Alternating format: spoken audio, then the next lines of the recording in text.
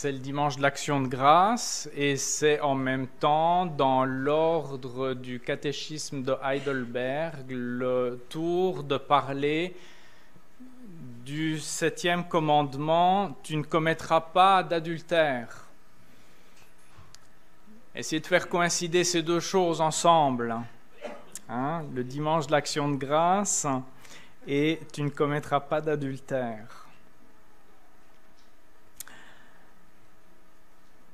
Et pourtant, combien ce commandement est utile, combien ce commandement est précieux, combien ce commandement doit être entendu, doit être répété et finalement doit être intégré parce que notre société, si on regarde l'ensemble des commandements qui parlent des relations, les hommes entre eux, les relations horizontales, et la semaine dernière on parlait de la question du meurtre, on pourrait dire si nos sociétés essayent encore de protéger cette question de la vie humaine et du meurtre, eh bien on voit que pour les autres commandements qui viennent après, il y a de moins en moins de protection par rapport à l'adultère, par rapport au vol, au mensonge, même la convoitise.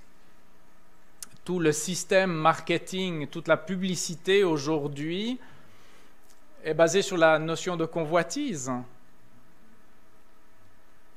Alors que dans la loi de Moïse, il y a un commandement, le 10e, et je vais un petit peu en parler aujourd'hui parce que il aurait fallu en parler le dimanche 27, mais le dimanche 27, il y a Parole de vie Bethel qui vient. Donc, on va squeezer le 7e et le 10e ce matin.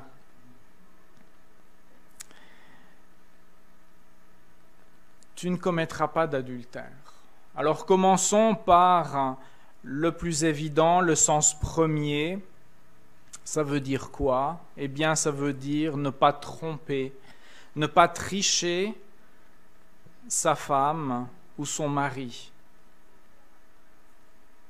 Ne pas aller voir ailleurs, ne pas avoir de relation sexuelle avec quelqu'un d'autre que la personne avec qui on s'est marié. Et comme on l'avait déjà vu, chaque commandement qui nous dit de ne pas faire une chose implique son contraire. Et c'est quoi la chose qu'il faut faire et qu'il faut favoriser?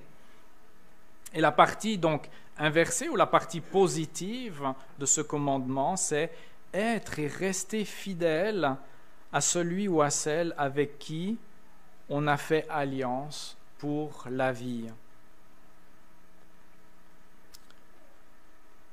J'imagine que quand on parle de ça dans une église, c'est pas mal des évidences, c'est pas mal tout le monde qui est d'accord avec ça.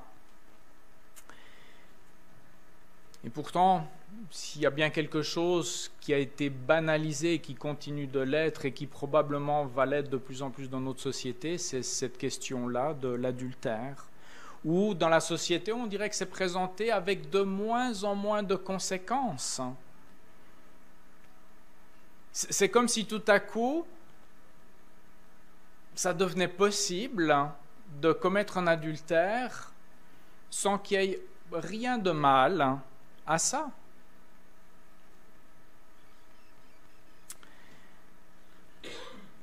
La Bible nous présente les choses un peu différemment. La Bible nous présente l'adultère comme quelque chose qui est brisé, quelque chose d'extrêmement précieux. Et parmi les choses qui sont brisées, il y a quelque chose de l'ordre de l'alliance, avec des conséquences, bien évidemment, au niveau des personnes concernées, le couple. Mais en y réfléchissant un petit peu, tout à coup, on découvre que ce n'est pas juste le couple qui est impacté, la famille, les enfants et la communauté élargie, et pour finir, la société tout entière vont avoir des conséquences. Et ces conséquences sont tellement grandes que cela mérite un jugement très sévère, finalement le jugement le plus sévère. Dans les 10 commandements, on voit qu'il y a un petit peu une espèce d'échelle, une espèce de hiérarchie de qu'est-ce qui est grave au niveau des conséquences. Non pas qu'il y ait des petits et des grands péchés, puis que les petits péchés ne nous sépareraient pas de Dieu. Non, chaque péché nous sépare de Dieu parce que chaque péché est une désobéissance et un désalignement de sa volonté. Mais au niveau des conséquences, on voit que le péché qui est sanctionné avec la plus grande sévérité, c'est le meurtre. Et on comprend qu'enlever une vie, c'est très grave. Et finalement, la conséquence de ça, la punition de ça, eh bien, c'est la peine capitale. Et tout de suite après, c'est l'adultère qui lui aussi avait sous la loi de Moïse cette peine capitale. Et puis ensuite, on voit que pour le vol, on est dans une autre logique. On ne va pas dire quelqu'un qui a volé doit mourir. Non, on va dire quelqu'un qui a volé on est plus dans une logique de restitution et de dédommagement, parfois dédommagement jusqu'à 5 fois. Donc des conséquences un peu moindres. Et puis après, quand on en arrive au mensonge et à la convoitise, eh bien, on a l'impression que c'est un petit peu plus difficile de voir c'est quoi qui est très, très, très dissuasif dans l'Ancienne Alliance, alors qu'on sait très bien que le mensonge est extrêmement mauvais. Qui est le père du mensonge ? C'est Satan, c'est le diable. Hein? Et que finalement, c'est quoi dans l'équipement du chrétien la première chose à mettre autour de soi? La ceinture de la vérité. Donc, toutes ces choses restent contraires à la volonté de Dieu, mais on voit qu'au niveau des conséquences, l'adultère est vraiment placé très haut à cause de la punition qui découle de cela. Donc la Bible, elle, ne cherche pas à minimiser l'impact du péché, son immense pouvoir de destruction. Notre société, oui, la Bible, elle, ne le fait pas. Donc l'adultère qui est le contraire de la fidélité, la loyauté, l'attachement, et tout ça au sein du cadre offert par Dieu à l'homme et à la femme, le cadre du mariage. Ce mariage que Dieu instituait, dont nous trouvons trace dans Genèse 2, 24, qui dit « C'est pourquoi l'homme quittera son père et sa mère et s'attachera à sa femme, et ils ne feront qu'un. » Et continuellement, quand il est question du mariage, Jésus, les apôtres reviennent à ce texte fondateur. Voilà la base. Et peut-être ce matin, le fait de ne pas briser ce mariage, de ne pas briser cette alliance, eh bien, nous permet de nous poser quelques questions que j'aimerais vous poser à mon tour. Qu'est-ce qu'il y a derrière ce cadeau que Dieu offre à Adam et Ève en leur faisant le don du mariage? Est-ce que Dieu avait une petite idée derrière la tête en leur donnant ça? Je ne sais pas si vous avez l'habitude de vous poser cette question. Peut-être que la réponse rapide pourrait se dire c'est vrai que le mariage c'est vraiment sympa, surtout pour briser la solitude. Hein? Puis tout de suite on saute, il n'est pas bon que l'homme soit seul. C'est vrai, hein? Les femmes le savent, hein, parce que quand on nous laisse seuls, là, finalement, on voit que le stock des biscuits, boîtes de sardines diminue fortement et la pile de vaisselle, voilà. Bon, non. On a compris, hein, il n'est pas bon que l'homme soit seul. Mais est-ce que c'est vraiment le seul but pourquoi Dieu a institué le mariage? Et si Dieu nous avait donné le mariage non seulement pour cette question de solitude, mais aussi parce que derrière ce don que Dieu nous fait, il y a quelque chose qui va être vécu en proximité et qui va nous apprendre quelque chose d'autre. Si Dieu nous avait donné le mariage, la parentalité et la famille, afin que chacun de ces types de relations nous illustre et soit pour nous une espèce de scénario dans lequel nous allons jouer, mais tout en jouant ce scénario-là, on va comprendre quelque chose de c'est quoi le scénario que Dieu aimerait jouer avec nous.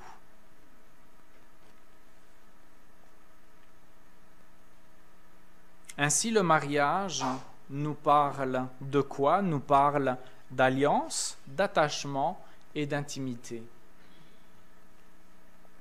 Et ce qui est vraiment remarquable, c'est de voir que dans la bouche des prophètes de l'Ancien Testament, quand Israël va choisir la désobéissance, va choisir l'idolâtrie, les prophètes vont reprendre Israël en parlant de quoi? D'infidélité et d'adultère.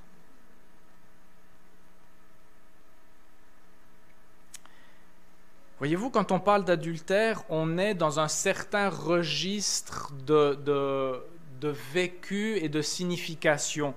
Quand on parle d'adultère, on est dans ce registre d'un cœur qui s'égare, qui perd son chemin, qui s'éloigne de celui ou de celle avec qui il avait pourtant fait alliance, avec qui il avait pourtant dit « oui, ça va être du solide, ça va être pour la vie ». On est de le registre de ce détachement unilatéral, de ce détachement de son grand amour pour commencer à s'attacher à des amourettes.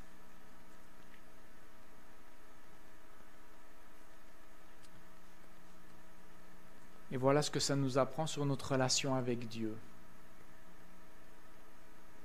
Se détourner de Dieu, faire mumuse avec d'autres amours auxquels notre cœur va s'attacher, n'est pas présenté par la Bible comme un simple désintérêt, de la négligence ou de l'indifférence. Ah ben, il est passé à autre chose ou ça ne l'intéressait plus. L'Église était plus suffisamment attrayante. Le langage de la Bible décrit ce détachement de Dieu dans des termes beaucoup, beaucoup plus forts. Celui de la désobéissance, celui de l'idolâtrie. Et le registre biblique revient toujours à rupture d'alliance, trahison et rébellion.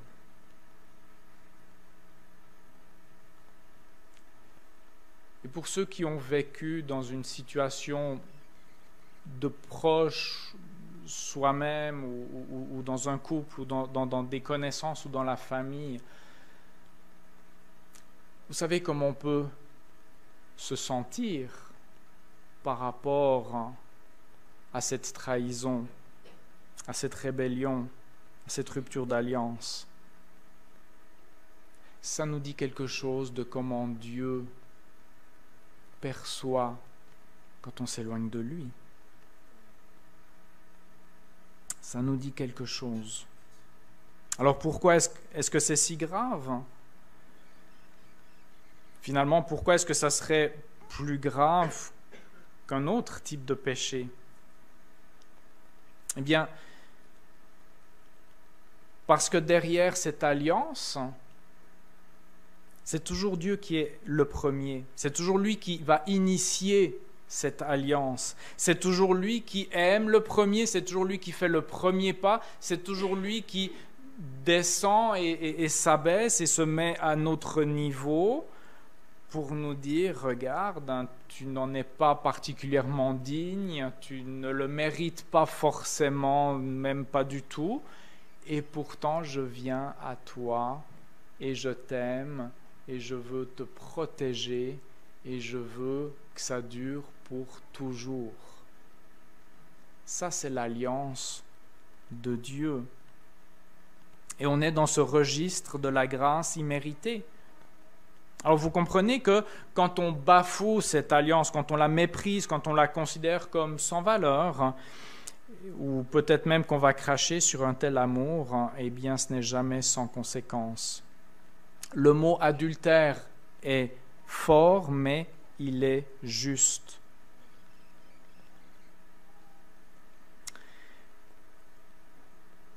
Alors, est-ce qu'il y a un rapport entre l'infidélité dans le mariage et l'infidélité envers Dieu?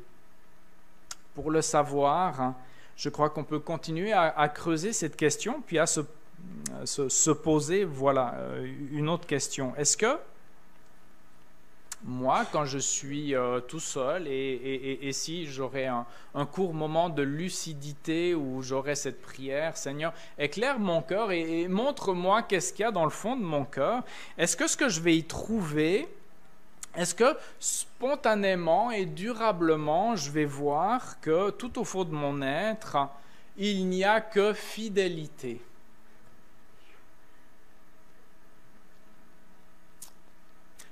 Pensez-vous que la fidélité soit quelque chose qui soit naturellement, profondément enraciné dans le cœur de chacun d'entre nous?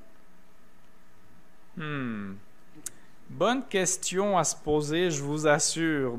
Ça dépend si vous aimez les recoins sombres, mais moi je fais en tout cas le constat suivant. Mon ancienne nature, mon nature livrée à elle-même n'est pas particulièrement fidèle.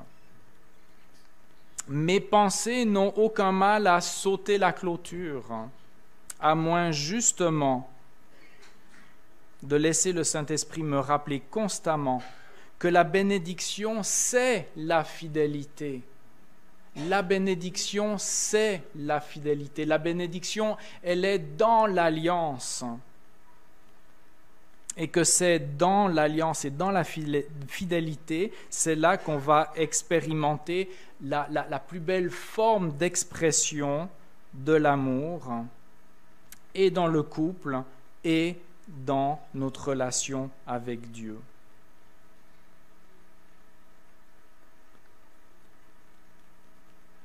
On peut y réfléchir une seconde.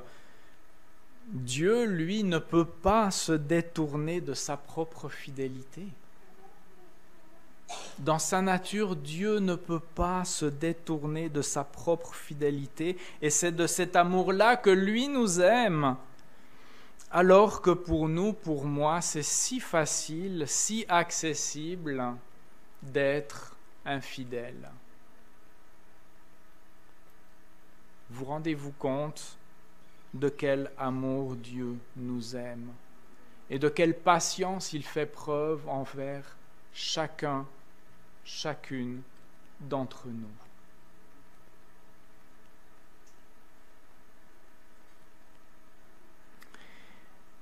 Quand on fait la transposition de ce commandement, tu ne commettras pas d'adultère, et qu'on va regarder du côté de Jésus et de la nouvelle alliance, nous voyons Jésus qui reprend ce commandement dans Matthieu 5 au verset 27.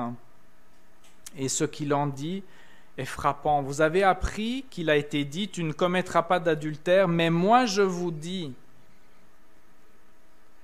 tout homme qui regarde une femme pour la convoiter a déjà commis un adultère avec elle dans son cœur. C'est un peu violent, hein? C'est un peu violent parce que vous vous souvenez, entre tu ne commettras pas d'adultère, qui est le 7e, et puis le 10e, qui est tu ne convoiteras pas, la boucle, elle est bouclée là. Hein? Tout homme qui regarde une femme pour la convoiter a déjà commis un adultère avec elle dans son cœur. Et ce qui est vraiment particulier de ce passage, c'est finalement, on peut facilement, là encore, se cacher ou se considérer « Ah ben moi, ça va, je ne l'ai jamais fait. Je ne suis pas dans cette catégorie-là. Je suis une bonne personne. » Parce que dans la catégorie du faire, du commettre, non, ça va. Puis Jésus, il vient, puis il dit « Ok, on va gratter sur ton beau vernis. Hein, ça... C'est bien nettoyé, c'est bien. On va gratter un petit peu, puis on va aller un petit peu plus bas. Et là, tous ceux qui pourraient dire « Ah, ben moi, j'ai aucun problème avec l'adultère », première catégorie, ils l'ont jamais fait, ils ne sont jamais passés à l'acte. La question c'est, ok, maintenant on regarde la deuxième catégorie. Est-ce que ton cœur est toujours fidèle? Ben, peut-être qu'on va avoir plus de difficultés à se dire non, je ne fais pas partie de la seconde catégorie.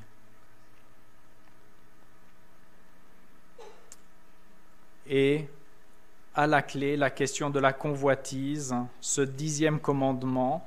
Ce 10e commandement on connaît tous le proverbe qui dit que l'herbe semble toujours plus verte. Où ça? Chez le voisin, à côté, ailleurs. Mais comment ça se fait qu'elle est toujours plus verte ailleurs? Hein? On ne le sait pas, mais en tout cas, ce commandement qui dit « Tu ne convoiteras pas la maison de ton prochain, tu ne convoiteras pas la femme de ton prochain, ni son esclave, ni sa servante, ni son bœuf, ni son âne, ni quoi que ce soit qui lui appartienne. » Et ce qui est surprenant, c'est que quand Moïse reprend ces 10 commandements dans Deutéronome 5, il va faire une inversion. Dans Exode 20, c'est « Tu ne convoiteras pas la maison », ensuite la femme. Dans Deutéronome, c'est « Tu ne convoiteras pas la femme de ton prochain, ni sa maison ». On dirait qu'en 40 ans, c'est peut-être parce qu'ils n'avaient pas de maison, ils vivaient sous tente, j'en sais rien. Mais en tout cas, la question de la femme du prochain, c'était quand même quelque chose qui devait être mis en premier.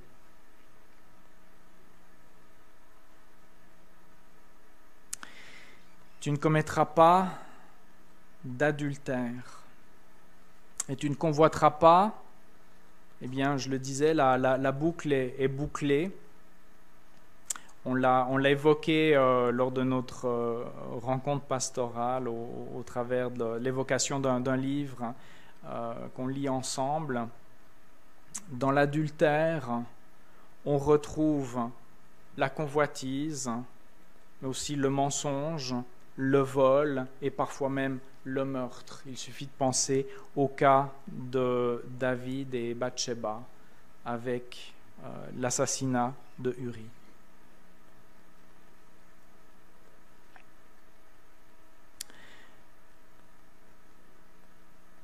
C'est un thème très riche et surtout quand il faut condenser 2 commandements.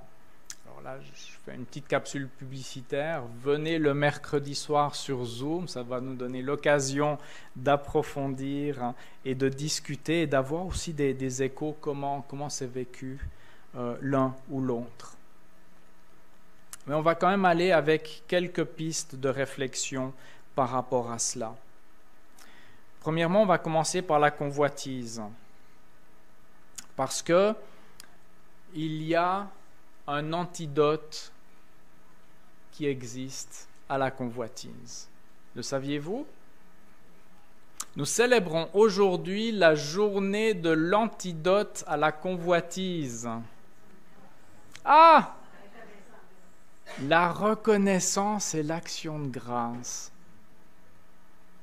Alors, on le fait aujourd'hui, mais moi, je vous encourage beaucoup à ne pas limiter la reconnaissance et l'action de grâce à juste une journée par année. Finalement, ça nous apprend quoi? Ça nous apprend le contentement et la reconnaissance. Et puis ça, je peux vous assurer, je ne sais pas s'il y en a beaucoup parmi nous qui ont de l'expérience dans la culture d'un jardin potager, mais je peux vous dire, la reconnaissance et le contentement, c'est vraiment un peu comme un jardin potager. Si tu le cultives, si tu prends le temps nécessaire à en prendre soin, si tu le nourris comme il faut, si tu débarrasses les mauvaises herbes, etc., il y a pas mal plus de chances que ce jardin-là va produire plus et mieux.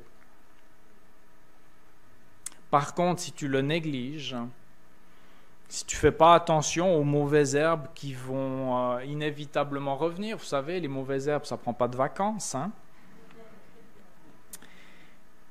Eh bien, ce pauvre jardin potager va produire moins. Il en est de même avec la reconnaissance, avec le contentement. C'est quelque chose à cultiver. Et je bénis le Seigneur qu'on a des journées comme ça dans l'année où ça nous revient en pleine face, mais on se dit, mais oui, il ne faut pas oublier ça. Mais ne l'oublions pas à tous les jours de remercier le Seigneur pour les dons qu'il nous a faits, pour le don qu'il nous a fait aussi en Jésus-Christ. Et justement, Jésus-Christ. Jésus-Christ qui lui aussi a enseigné donc sur cette question de l'adultère, hein, en disant, ben voilà, regarde à ton cœur. Jésus-Christ a lui aussi été confronté à une situation, une mise en situation. On l'a mis dans un scénario pour voir, ah Jésus, là on va te coincer solide. Jean chapitre 8. On lui présente une femme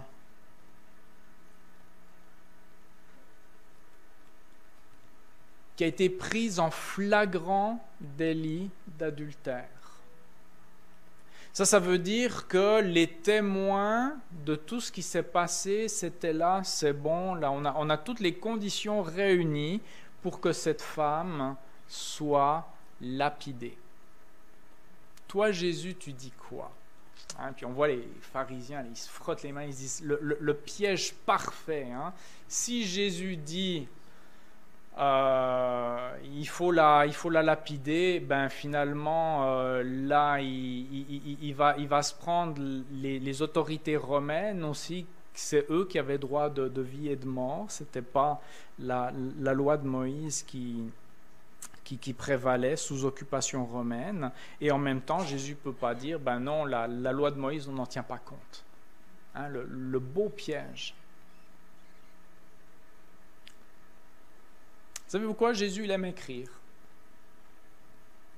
En Jésus, il se baisse puis il se met à écrire. Alors, Jésus, tu connais la loi de Moïse?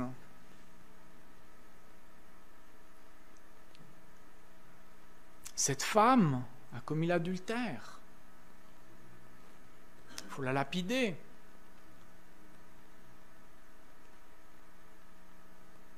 Et Jésus va avoir cette phrase hein, qu'on connaît bien maintenant, ben, que celui qui n'a jamais péché prenne la pierre et que ce soit lui qui lance la première pierre.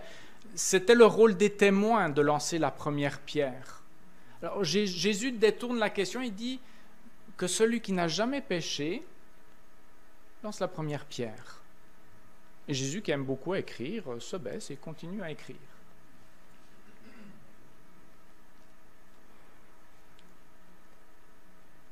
Et vous voyez comment ça travaille et pourquoi c'est bien d'avoir des aînés parmi nous, parce que c'est parmi les plus aînés dans tous ces accusateurs-là, en retournant à eux-mêmes, en retournant finalement au niveau du cœur, qu'ils réalisent que non, cette première pierre, moi je peux pas la lancer. Je ne peux pas la lancer. Et finalement, tous partent, il n'y a plus personne pour la condamner. Donc la leçon à retenir de ça, c'est que devant une situation d'adultère, regarde premièrement à ton cœur avant de condamner celui ou celle que tu as devant toi.